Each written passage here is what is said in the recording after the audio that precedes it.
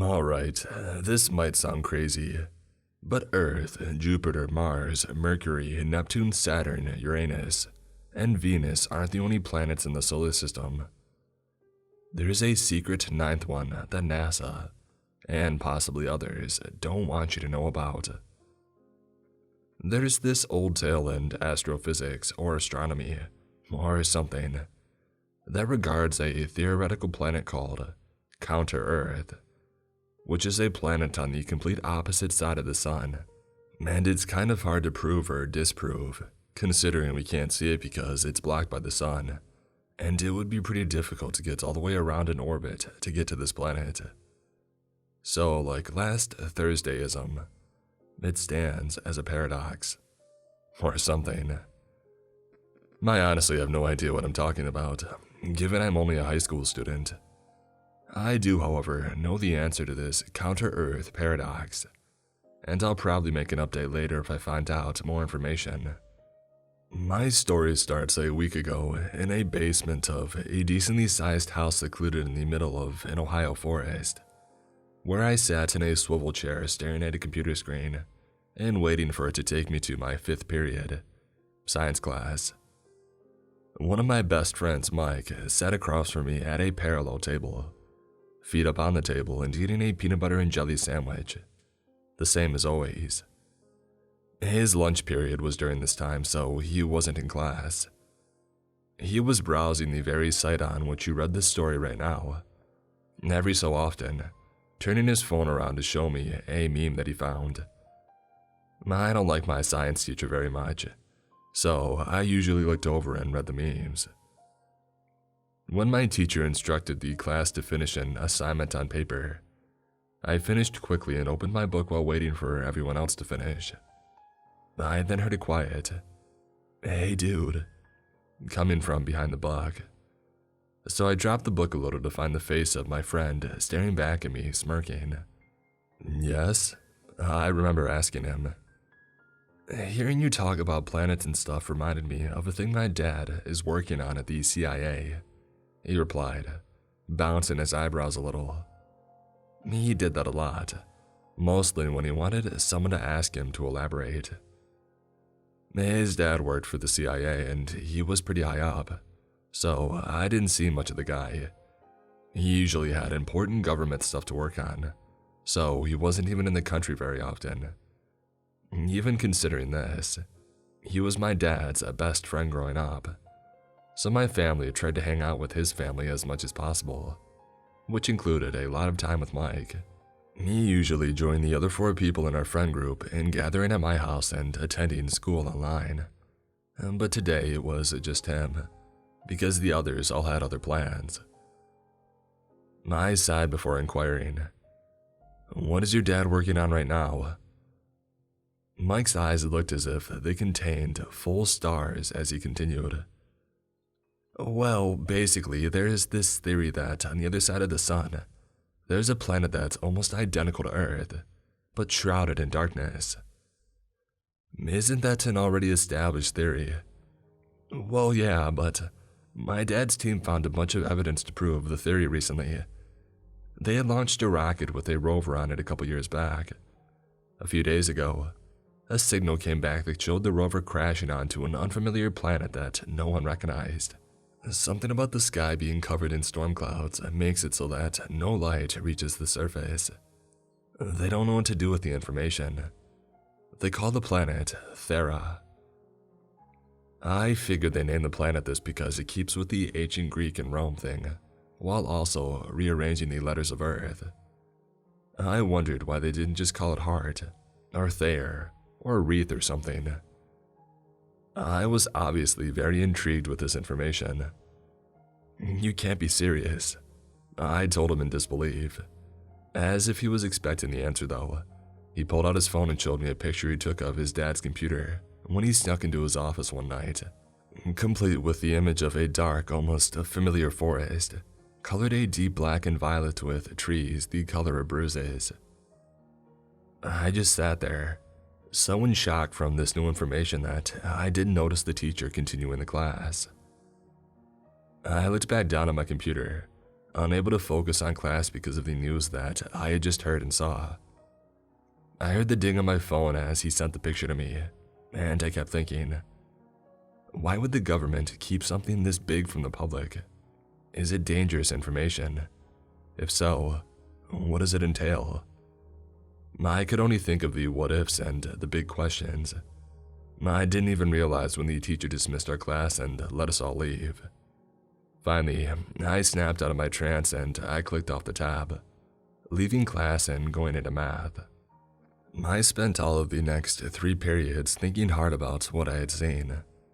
When my last period, Spanish, had finally ended, which was in another room because Mike had French at the same time and I didn't want to be disruptive, I exited the tab and sat back in my chair, looking over at the door now separating me and my friend. I decided to try and get my mind off of it, finishing my Spanish homework and almost forgetting about the information. I only left the room when I heard a big commotion in the other room, and slid the door open to find Mike standing at the back door, backpack already on, slipping on his shoes in a hurry. I could see slight tears in his eyes as he tied his shoelaces. I asked him what was going on, and he answered my question in 4 small yet ominous words. I'm in big trouble. He then unlocked the deadbolt and threw the door open, running out of sight. I tried to catch up to him, but he was gone before I even got outside. I closed the door and entered the house again, grabbing my phone and texting Mike to see what was up. All I got as a response was, "Not now." Even as I tried to get more information out of him, he wouldn't respond any further. I remembered the picture, and now he had sent it to my phone over text. I tapped on it to look at it more closely, and the sickening image of the dark forest enlarged on the screen in front of me. I had to shut off my phone and gather myself before looking at it again. Late that night, I lay in bed, trying and failing to soothe my brain with memes, when I heard the recognizable ding of a text message being sent to my phone. A banner popped up at the top of my screen that told me Mike had sent me a message privately. Usually, if someone in our group had something to say, they would say it in the group chat, but not this time. Nevertheless, I was glad to know that he was okay. So I tapped on the banner and it sent me to the texting app. What I saw frightened me. All it was a bunch of random letters and numbers and symbols, some capitalized and some not. I tried to decipher this strange code, finding the words game and damage in the mess, but figured those were probably just coincidences or something. I typed back a single question mark, and what happened next will forever burn into my memory. All he responded with was 4 words, each in a separate text. Look at the corner. I assumed that probably meant the corner of the dark forest picture, so I scrolled back up to tap on it again. My heart skipped a beat as I looked in the lower right corner. Standing there, barely visible, was a man, but not an ordinary man. It was pitch black, save for its eyes, which were glaringly white, staring deep into me. I was surprised that I hadn't seen it before, but there it was, clear as day, staring right back at me. I haven't heard from Mike since. In the week and a half since I last saw Mike, the other people in our friend group have visited my house to attend school. All 4 of them asked where Mike was and why he hadn't contacted any of them since last Friday, but I just didn't have the heart to tell them the truth. All I said was, he's probably sick and doesn't want to be disturbed, and then they dropped it. I'm honestly glad none of them have read it, so they can't read the story that I'm writing now. If they did, they would be in danger because I think I'm being watched. I didn't know what it was, but lately I've been getting strange vibes from the basement, as if there is some invisible person down there watching me and my friends as we take our classes. Even more unsettling, 2 nights ago, our house alarm went off because the basement door, which opens to a huge forest with a river and everything, was wide open. Nothing had been stolen, which eased my fears a little bit, but I was afraid that the opposite happened. Something was placed here. I don't know, but I kept feeling like someone or something, like a camera or some other spying device, was down in the basement, listening in on our conversations. Luckily, if this turned out to be true, I hadn't said a word about Thera, so they would have no reason to suspect that I know anything, right?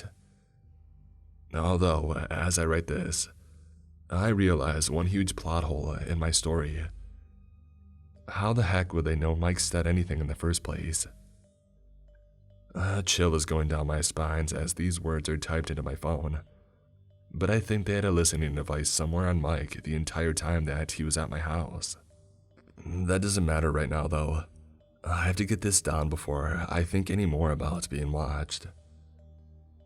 I've been having these reoccurring nightmares almost every day since the incident. I'm running in that giant, frozen maze from The Shining. Or at least the giant maze from when they visit the Shining World in Ready Player One, because I've never seen The Shining. And I'm being chased by those vicious creatures from Thera. I'm running and running and running, and then I just can't move anymore. I can hear the growling and roaring of the things behind me, and then I'm falling endlessly down a dark pit forever. And then I wake up. The only thing I've thought about for the past few days is what the heck is going to happen to Mike. I'm also thinking about what's going to happen to me. I'm so afraid something crazy is going to happen. That's why I'm writing this today. Something happened. So, a few days ago, my older sister, Lenny, her full name is Linda and she hates that name. She came back from a cheer competition in California and joined the rest of us in the group. To refrain from saying the friends group so much, I'll just call us the nerds because we're a bunch of nerds, to attend online school. She's a senior while the rest of us are freshmen, so she has a completely different schedule than us. But since she can't visit any of her senior friends, she hangs out with us. So, let me introduce you to the rest of the nerds. There's Scott, the TikToker, and Davalin, whom we call Dave because of a long-running joke, and V, my girlfriend. And then there's obviously Lenny, the popular girl and the oldest in the group. Mike, my best friend, who usually tells me everything. And then me, the guy who isn't necessarily the main character of the story. But if you called me that, I wouldn't object. I tried to contact Mike so many times in the past week, but he hasn't answered any of my texts since the terrifying look in the corner incident last Friday. I'm worried that he might be in danger, and I'm thinking about talking to the rest of the nerds and going down to his house, which is just as secluded as mine, about 15 minutes up the road. That's also why I'm writing this update today. I haven't had any messages from Mike lately, but something weird was sent to my house yesterday. And let me set the scene real quick. I was looking through my story from the other day, reading the comments to try and find some advice on what to do, when I heard the doorbell ring. My dad was at work and my mom was getting groceries, so Lenny and I were the only ones in the house. I was in study hall, which was basically just a free period for online students, so I was up in my bedroom. I heard Lenny yell at me from the basement to get the door, and I begrudgingly got up.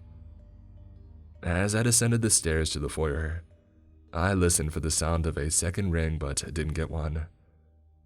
As I neared the front door, I could see through the windows on either side that there was no one standing there. Figuring it was just Amazon delivering a package, I unlocked the door and swung it open to find nothing there. I listened through the pouring rain for the sound of a car leaving the house, but I didn't get that either. And that's when I looked down and saw it. I immediately recognized it as the familiar sight of one of Mike's classic codebreaker sheets. The stuff that he would always give us when he came up with a puzzle or a riddle for us. A small tear fell down my cheek as I saw it, realizing Mike was okay, and knelt down to pick up the paper. I looked it over, seeing a note written in his handwriting in the corner. I looked through the trees for any sign of him, but after finding nothing but a couple of squirrels, I closed the door and locked it. I went back to the basement where Lenny was sitting in the seat next to mine, listening to some video about World War II. I plopped down on my seat and Lenny looked over at me, clearly seeing my distress. "What's wrong?" she asked, and I immediately held up the paper for her to see. She took it and, obviously recognizing it, followed her previous question with, "Okay, seriously, what the heck is going on with Mike? Where is he? You obviously know something the rest of us don't." I broke down. I told her everything that had happened, from the story that Mike had told me, to the picture that he had showed me. I even showed her the picture. She was skeptical at first, but eventually believed me. It felt a mixture of relaxing and terrifying to confide in my sister after a week of silence on my part, both because I could finally get the weight off my shoulders, and because there might have been some sort of camera there, hearing me give away top secret government information. My attention was brought back to the paper that I had been given, and after I had finished telling my story, and I read the note in the corner, it felt as if my heart stopped as the words echoed in my brain. They tapped my phone. "Don't text me anymore. Read The Outsiders for more information." The Outsiders was one of my favorite books a few years back. I hadn't read it in so long that I didn't know what he meant by "read it for more information." And then it clicked. Mike was into puzzles and riddles of all sorts, but the type of puzzle that he loved the most was what he called a book code. He would take a bunch of seemingly random letters and numbers and give you a book to read, where each of these symbols corresponded to a certain letter found on different pages. It was very elaborate, and I always thought that he was a genius when it came to puzzles. I must have been going at the speed of my X-15 upstairs to my room. I dashed into my closet, shuffling through the bookshelf inside to find the book. I immediately ran all the way back downstairs and opened the Messages app to decode the letters and numbers in the creepy text that he had sent me a week ago. And after a half hour of decoding, I finally found the message. "Thera is real, and they know that you know that. The gnome statue is important. Don't look for me." There were a couple of errors in my decoding, but I could tell that Mike really didn't want me to contact him anymore. And then I noticed the mention of the gnome statue, and I looked ahead of me to find a porcelain Ohio State gnome statuette, one that got on my nerves all the time for always staring at me.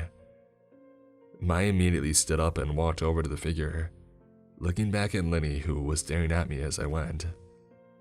I turned back to the figure, grabbing it with both hands and shaking it to see if I could hear anything. I didn't, so I took a deep breath and looked back at Lenny again, and dropped the gnome. It crashed to the floor next to my feet, shattering into 1,000 tiny shards. I glanced down at the destroyed figure, and what I saw was exactly what I had feared. A small, spherical camera was embedded into one of the figure's eyes. Lenny walked over to the mess and gasped when she saw the camera, covering her mouth with her hands. I noticed that she was crying, and admittedly the only reason I wasn't doing the same was because I wanted to stay strong for her. I knelt down to inspect the camera, throwing it down to the ground and stomping on it to destroy it. I got back up and I hugged Lenny, very afraid of what I just did. I heard my phone ding from the table across the room. I let go of Lenny to walk over to it and found that a number I didn't recognize had sent me a text. I swiped open my phone to read it, and yet again, my heart stopped. "Now we know you know about Thera. For future reference, never go snooping where you don't belong. Stop stealing government secrets." Thomas?" Lenny said from across the room.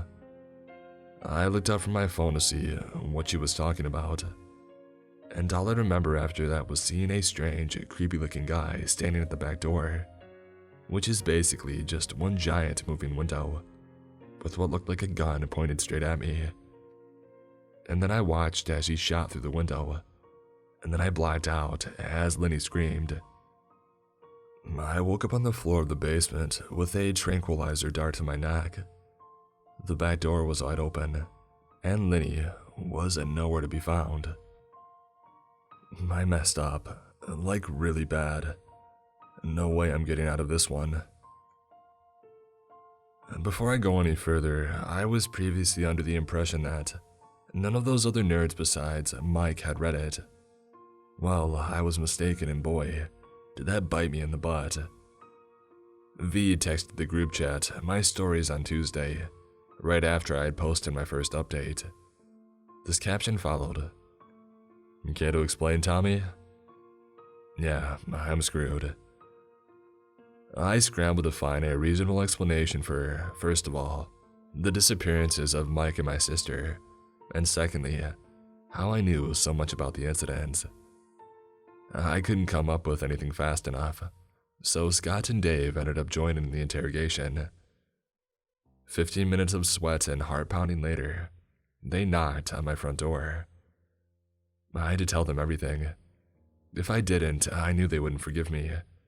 I was putting them in danger, but there were no cameras around me, right? I told them about Thera.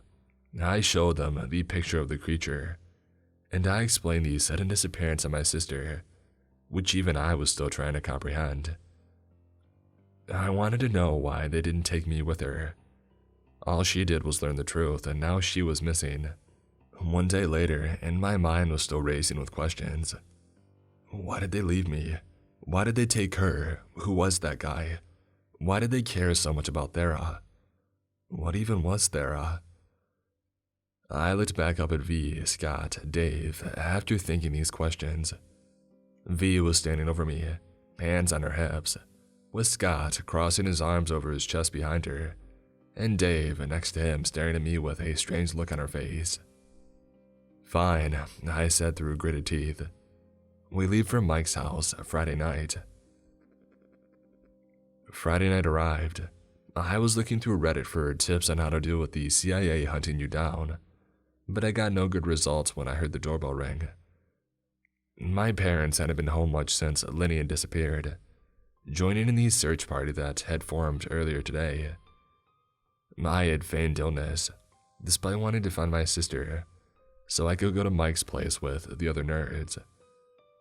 I leapt out of my bed and ran downstairs to the front door, unlocking it and throwing it open to find the three most trustworthy faces waiting for me.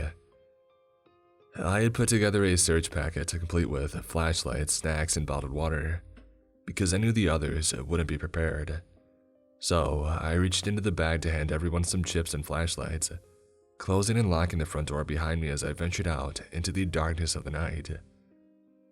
We started walking, listening to the chirp of crickets all around us, also almost crossing paths with a bear.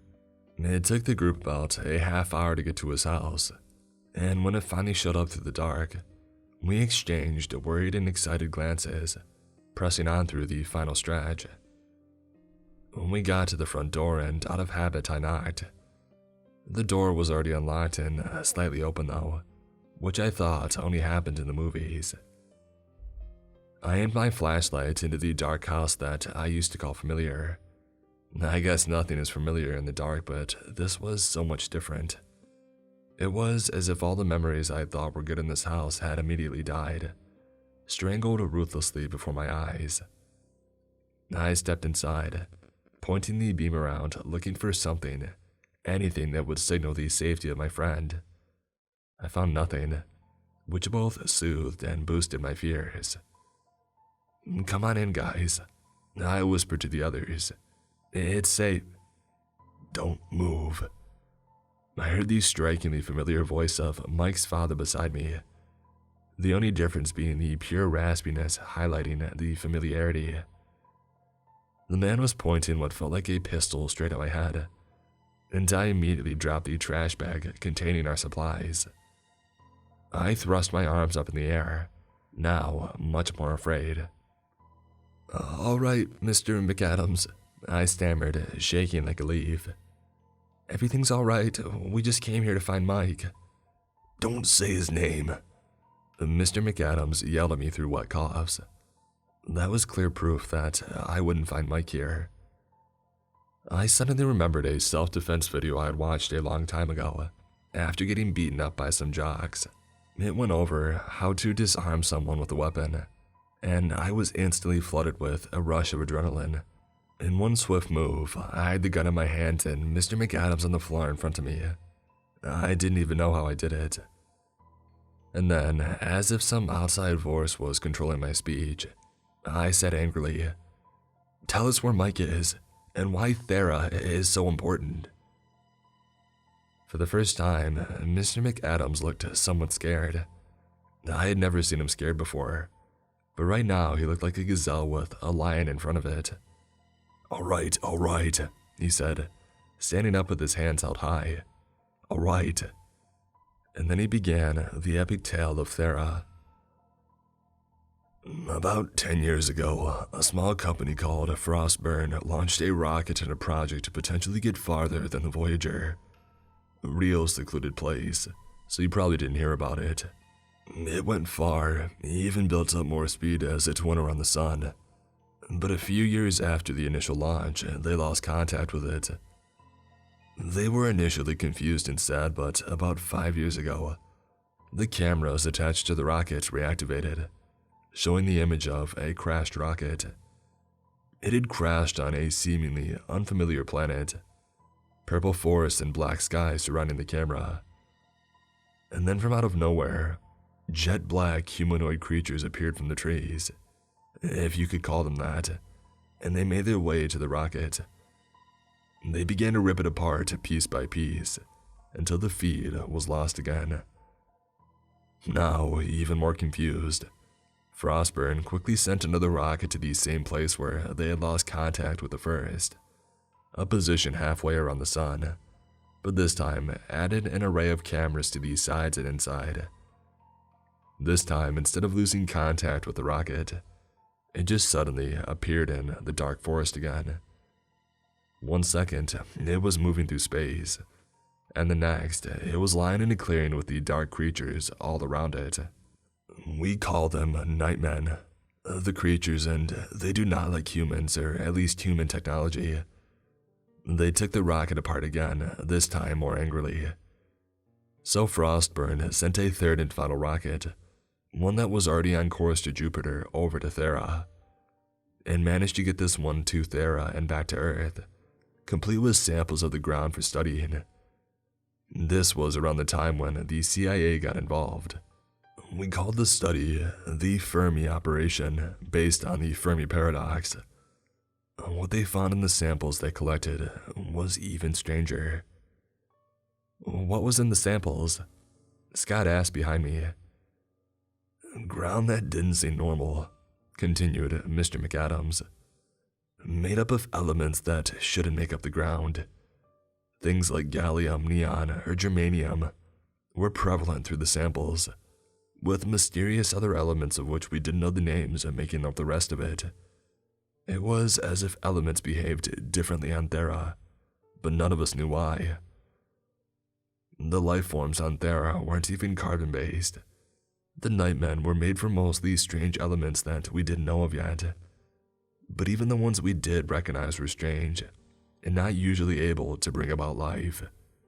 This assumed planet was getting weirder and weirder. Something didn't add up about what he was saying. The strange elements, the makeup of these Nightmen, the teleporting rockets. Something about it was a little fishy. And then it clicked. Hold on, I interrupted the man talking in front of us. How did you know the Nightmen weren't carbon-based? It's not possible to get that from a video, especially considering elements apparently work different there. His eyes went wide as he realized his mistake. I knew that face and I knew it well. They had brought the Nightmen back to Earth. Oh my God, V said, realizing what was going on, covering her mouth and clearly freaking out. I'm sorry, said Mr. McAdams, but they just climbed on top of the rocket. There was nothing any of us could do when we really needed that sample. None of us cared. We just stood there, almost silent, waiting for him to continue. Look, it's not like they're... He coughed into his elbow a bit. Sorry, but it's not like they're very dangerous against humans. They may be able to take apart a rocket quickly, but they're not very strong. I still wondered how elements could just work differently on Thera. I asked him. Elements are the same throughout the entire universe, I said. So how can they just act differently on another planet? He looked defeated as he gave his answer. Well, you know how I keep saying assumed planet and strange new elements? I nodded, making a face that said, yes, that was very obvious. Well, that's because Thera isn't what you think it is. It's not a planet. It's a portal. What are you talking about? I yelled at my best friend's father in front of me.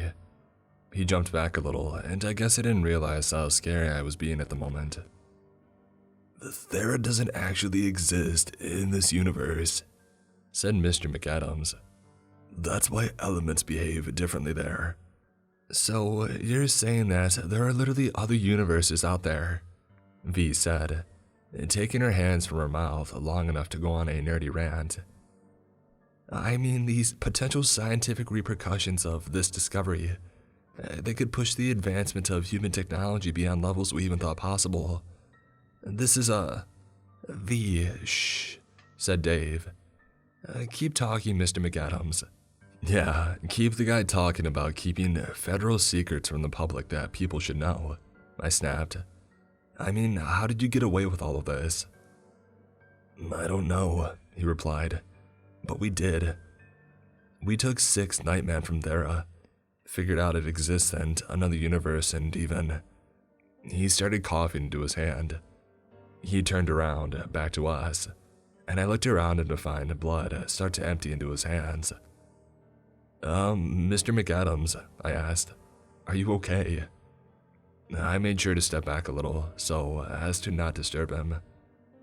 Yeah, he said, turning around and smiling. I could see blood staining his teeth, but it wasn't a normal color. It had a hint of violet in it. It's just that. Ever since I was put on the scientific team for studying the Nightmen, I've been feeling under the weather, like they were carrying some sort of virus. Scott stepped back. Nope, nuh-uh, he said, covering his nose and mouth with his shirt. I just stood there.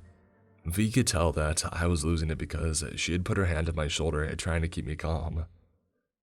You're trying to tell us that you, A, lied to us about Thera, B, kept secrets from the public about it as well, and C, brought back actual interdimensional aliens from Thera. And now you're saying you brought back a space virus that could very well kill us all. Look, I'm sorry, but... Tell me what happened to my sister before you cough up your lungs or something. Well, I don't know what happened to Lenny. I wish I did. Then what happened to Mike? He went silent. What happened to Mike? I raised the pistol that used to be in his hands. He sighed. I was just doing my regular work when I heard a knock at the front door. I went to open it, and when I did, I found one of my friends from work. We talked for a little bit. Then he pulled out a gun and shot me. I woke up a few hours later. My wife and son were missing. So they tried to kill you? Dave asked. Yes, Mr. McAdams responded. Well, do you know where they would be keeping them? I continued. I don't, he answered, putting his hands on his chin as if he was thinking hard. Maybe they would, He started coughing again. This time, it was so bad he coughed up blood on the ground, and it was a lot. It didn't even look like blood anymore. More like grape jelly or something else purple. Between wheezes, he gasped. They'd put them in. His eyes rolled back into the back of his head, and he collapsed backwards on the ground. On his way down, he knocked over a bookshelf, which fell over to reveal a small door. How cliché for a government agent. Scott and V screamed as he fell. Dave gasped. I just stood there, even as they knelt down next to him to see if he was okay. I put my hand to my forehead and turned around angry. Is he alright? I asked. No pulse, V replied, looking up at me. Now I was fuming. Great, I yelled. That's just great. Now we'll never know where Linny and Mike are. They're gone. Tommy, you're yelling. Of course I'm yelling, I'm pissed off. I started toward the front door. I could feel V's hand on my shoulder again, but this time I pushed it away, heading out to the porch. I slammed the door shut behind me. Crap, I yelled, throwing a potted plant into the woods beyond the house, hearing it smashed against a tree. I started to cry. I would never get my friends back. And that's about where it all went to hell. I saw the red and blue hitting the forest ahead of me before I even heard the sirens. I knew what it was. They were here. I threw the door open as I ran inside. They're here. Scott, windows and doors, now. V and Dave, stay here. It didn't take long for Scott and I to lock all the doors and close all the windows. When we got back to the front room, the girls were shoving Mr. McAdams' body down a set of stairs behind the bookshelf door. Scott and I hurried down the stairs behind them, down into a techie room with a closet and couch, along with a separate room with a computer that showed all the security cameras' feeds. V went over to the security camera room, while Dave opened the closet door and dragged Mr. McAdams inside, and Scott knelt by the couch to pray. I just stood there, unsure of what to do. I realized that I should probably close the bookshelf door, so I did that, sealing us in the basement. Right after I did, I could hear footsteps in the house around me. They were searching for sure, and they were probably going to find us sooner or later. After I moved the door, I descended these stairs again to find that the girls had joined in the praying. I wasn't religious and they knew that, but I decided to join as well because if we were going to die, then I might as well. After a few seconds of not knowing what I was doing, I heard a sound coming from the now closed closet door. I opened my eyes to find everyone else looking at the door too. Thinking that there might be an agent in the closet, I slowly made my way over to the door, placing my hand around the knob and turning. Before I finished turning the knob, V said, "Wait." I turned around and she looked back at me and continued with, "What if it's one of the bad guys?" "V, I'm sure it's nothing." The door burst open, revealing Mr. McAdams. Only he wasn't himself anymore. His eyes no longer had pupils, and purple blood was oozing from everywhere. His skin was starting to darken, and he didn't even look human anymore. I quickly grabbed the pistol from the couch, adrenaline filling me, and delivered a loud headshot that deafened me and dropped him to the ground. I must have killed him.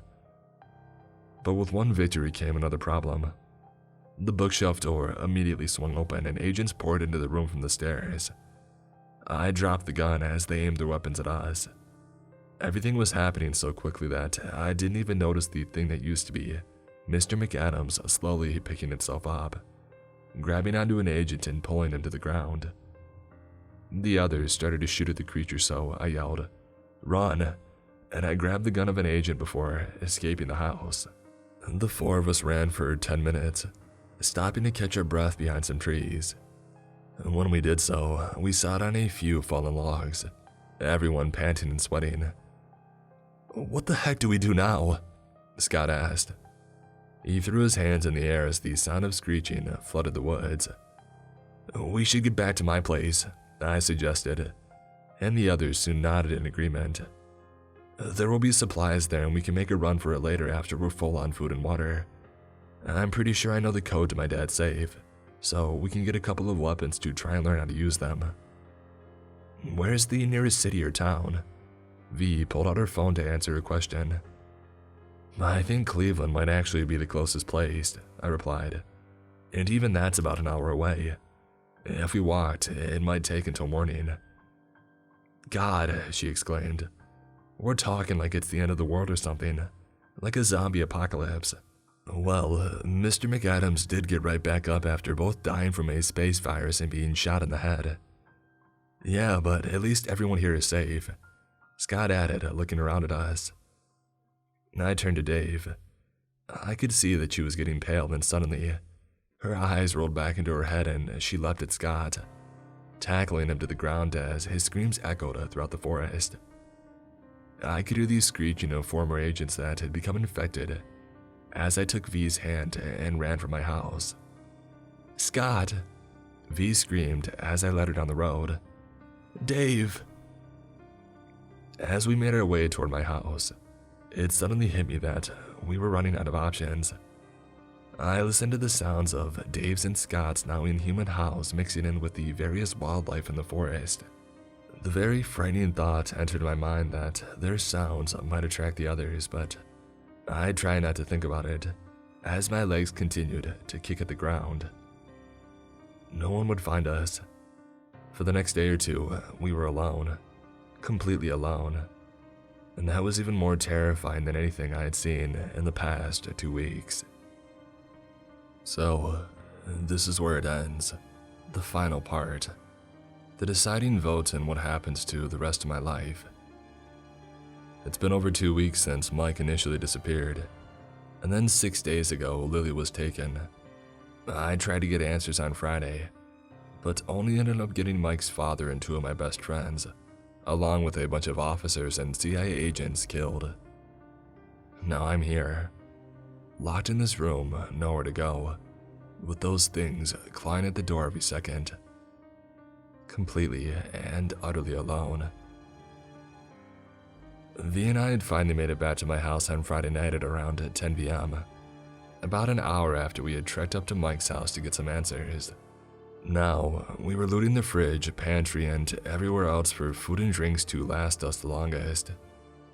We had come up with a plan to go along the river until we found a city or town, because the rushing water would drown out most sounds.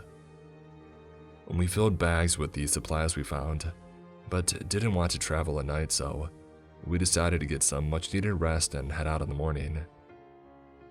V called her mom at about 10:30. It was a short but really emotional conversation, but she had to cry silently, so as to not cause suspicion. She told her mom that she would be having an impromptu sleepover at my place. She also had to reassure her that no funny business was going to happen, but that's not important, and proceeded to hang up after saying, "I love you" for probably the last time.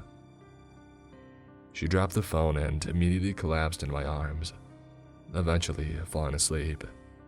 I luckily didn't have to make that phone call, because my parents had apparently gotten drunk after a useless search party, because they didn't want to feel sad anymore. So a family friend drove them to her place for the night.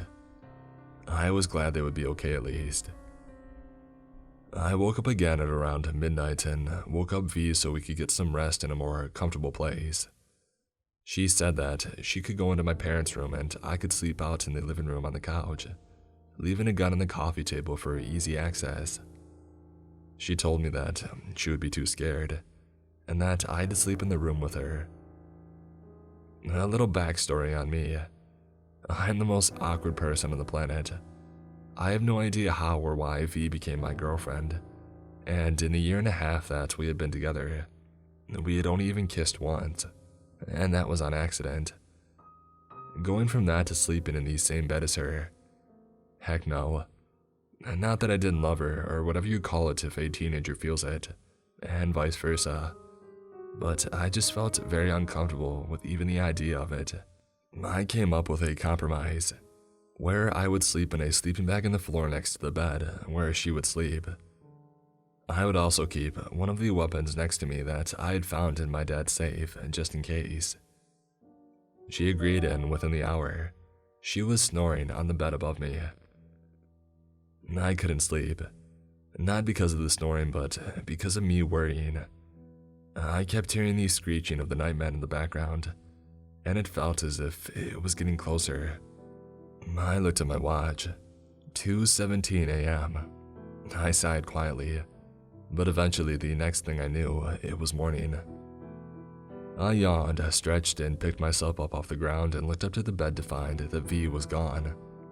I started freaking out, and I grabbed the gun and began to search through the house. I found her in the kitchen though, making pancakes for us. Pancakes, really? I asked.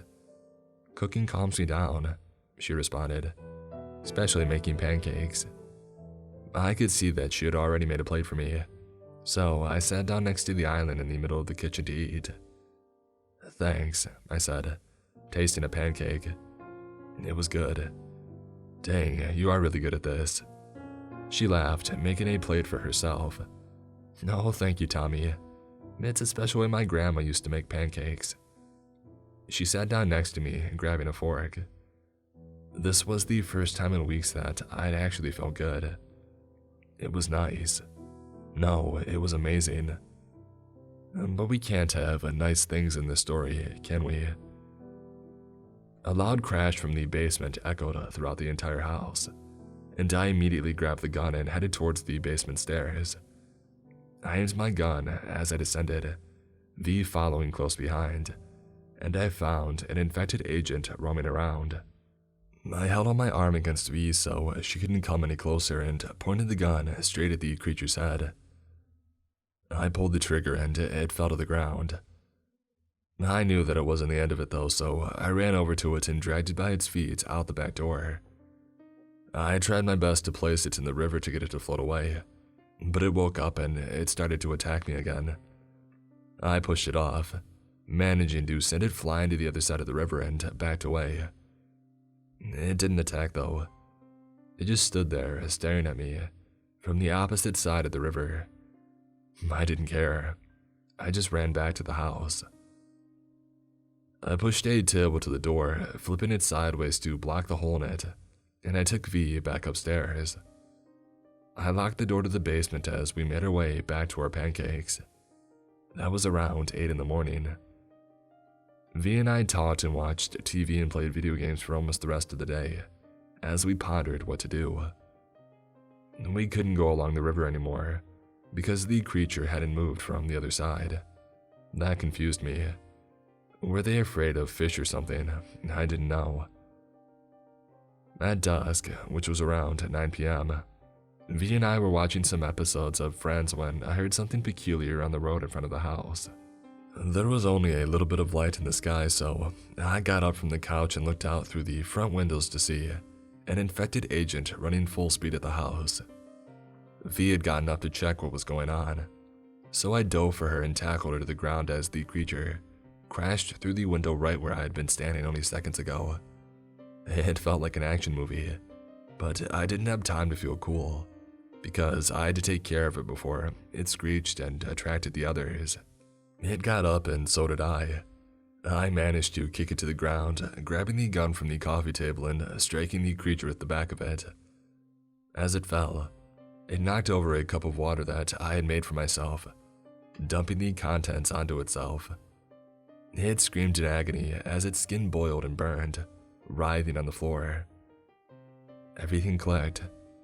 The river, the water cup, the boiling skin. Water was their weakness, just like the aliens from Signs. The creature wasn't dead yet. I hit it with the gun a couple more times before bolting up and hurtling toward the sink. What a great time to have a sink with a detachable faucet. I took the faucet and spun around, just in time to see the creature pick itself back up and leap at V, pinning her to the ground. I could see that she was fighting back, so I had dealt the finishing blow by flipping the switch on and showering the creature with water. It collapsed to the ground beside V, who quickly stood up and backed away as far as possible from it. I kept spraying the creature with water until it stopped moving, and I kept spraying it more. I finally stopped after about 2 minutes. I dropped the faucet, looking down at the thing that used to be a person. I turned to V, who had a saddened look on her face. "Tommy," she whimpered, uncovering her hands from her stomach to reveal a deep wound from the creature. The blood was an unnatural purple, and I knew what that meant. My eyes widened as she swayed a little in front of me. Tears welled up. "V, no," I said, stepping closer. No, she responded, holding out her hand to stop me from moving any closer. I don't know when I'm gonna snap. V's breathing grew heavy and she started to sweat, swaying more and eventually keeling over. Luckily, I caught her before she fell, the pistol in my hand falling to the floor next to us. V looked up at me from my arms. I'm so sorry, she whispered, putting her hand on my cheek and wiping a tear from my face. V, please, I replied, another tear quickly replacing the one that she had wiped away. You're the only one I have left. Hey, she whispered in response. You'll be okay. I just know it. We can figure something out. I could see her blood slowly turning purple. Tommy, you have to do something for me. I knew what she was going to say before she even said it. I can't become one of those things. No, I won't do it.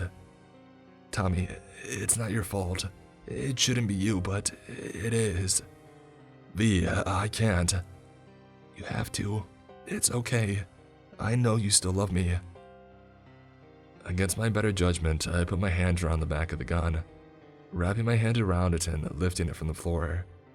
Her hand fell from my cheek and landed on my shoulder. I placed the cold barrel against her head, and she strangely smiled. My heart started to pound in my chest as I imagined what I was about to do. I love you. I pulled the trigger. V's hand dropped to her side while my tears streamed into her face. I put down the gun and stood up, turning around and bawling my eyes out, trying my best to stay as quiet as possible. I was so angry that I did notice V's body slowly peeling itself from the floor, ending in a standing position behind me. I heard the growling before I turned. My head flicked upwards as I realized that I had failed the one thing she had told me to do. I whipped around, watching as she threw herself at me, tackling me to the floor and trying to scratch and bite me. My world was quickly crumbling around me. First Mike, then Lenny, then Scott and Dave, and now V. She was the only thing left in my life that actually gave me hope for survival. Now I wasn't so sure.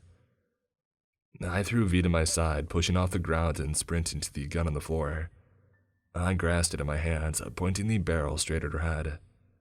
Yet I couldn't do it. She was too special, too important to my life to pull the trigger.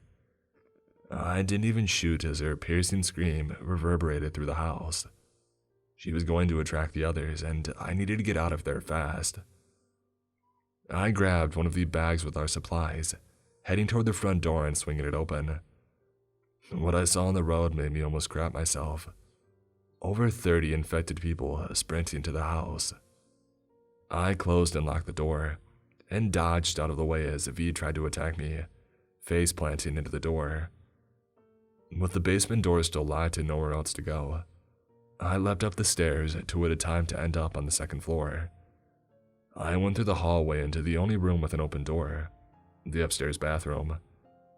I heard V bounding through the hall behind me. I slammed the door shut as I entered, turning the lock as a loud thump sound came from the other side of the door. I've been here ever since. There are no windows in here, so I can't tell if it's light or dark out. The only source of time I have is by my phone, and even that's about to die. I don't have many supplies in the bag that I have. I have food and drinks that will probably only last me for a week. The gun that I brought only has one bullet, and I didn't bring any chargers for my phone. After it dies, all my hope dies with it. V's scream did what I thought it would, attract the others. I can hear them clawing at the door every second, slowly getting closer and closer to me. I covered the floor in a thin layer of water which won't help in the long run. One will end up dying and then the others will just climb over its corpse to get to me. The horrible thought entered my mind that, since I hadn't been bitten by the Nightman, I could end it all using the gun and I wouldn't become one of them. I really just don't want to be a crazed zombie.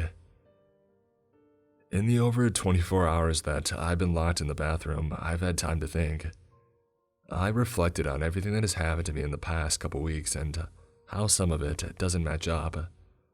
How could a company, let alone a small one, launch 3 undetected rockets?